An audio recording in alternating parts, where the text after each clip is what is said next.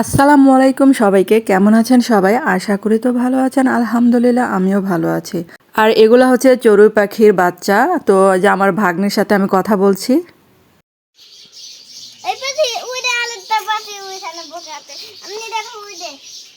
ওই যে একটা পাখি, এটা মনে একটু টোরাল দিতে পারে। এটা চড়ুই পাখি, চড়ুই পাখির বাচ্চা।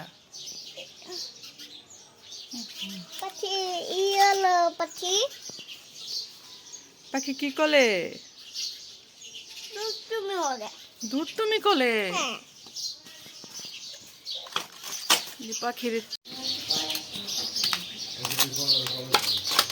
আমি দেখি একটা ওদিকে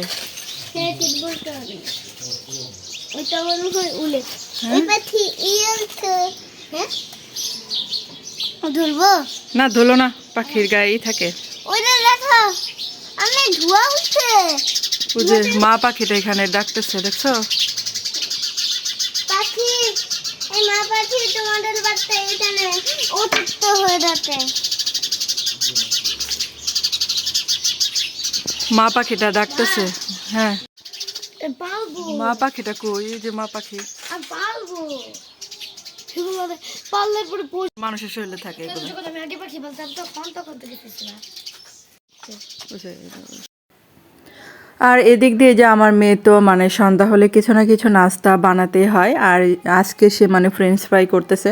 তো ফ্রেঞ্চ ফ্রাই মানে খেতে সে খুব পছন্দ করে, তার জন্য এই যে নিজে আজকে কেটে বেছে নিয়েছে আর নিজেই মানে সিদ্ধ করে নিয়েছিল। আর এদিক দিয়ে আমি একটু চা বসিয়েছিলাম, সে আবার একটু নাড়াচড়া করতেছিল।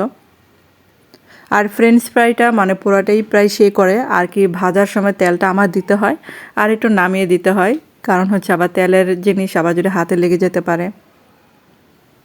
আর বন্ধুরা, আমার চ্যানেলে যারা নতুন মানে এখন আমার চ্যানেলটাকে সাবস্ক্রাইব করেননি, তাদের কাছে অনুরোধ রইল প্লিজ চ্যানেলটাকে সাবস্ক্রাইব করে আমার পাশে থাকবেন।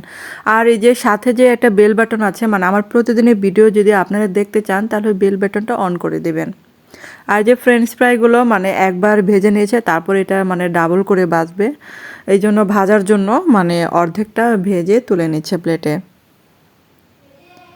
এখন এই যে ভাজা যেগুলা হলো সেগুলা আমি একটু মানে টেস্ট করে দেখলাম, তারপর দেখলাম যে একটু লবণ কম হইলো। আর লবণ পরে ছিটিয়ে নেবে গরম অবস্থায়। আর এখন এই যে ভাজা শেষ, তো আমি একটু খাচ্ছি ওর কাছ থেকে নিয়ে।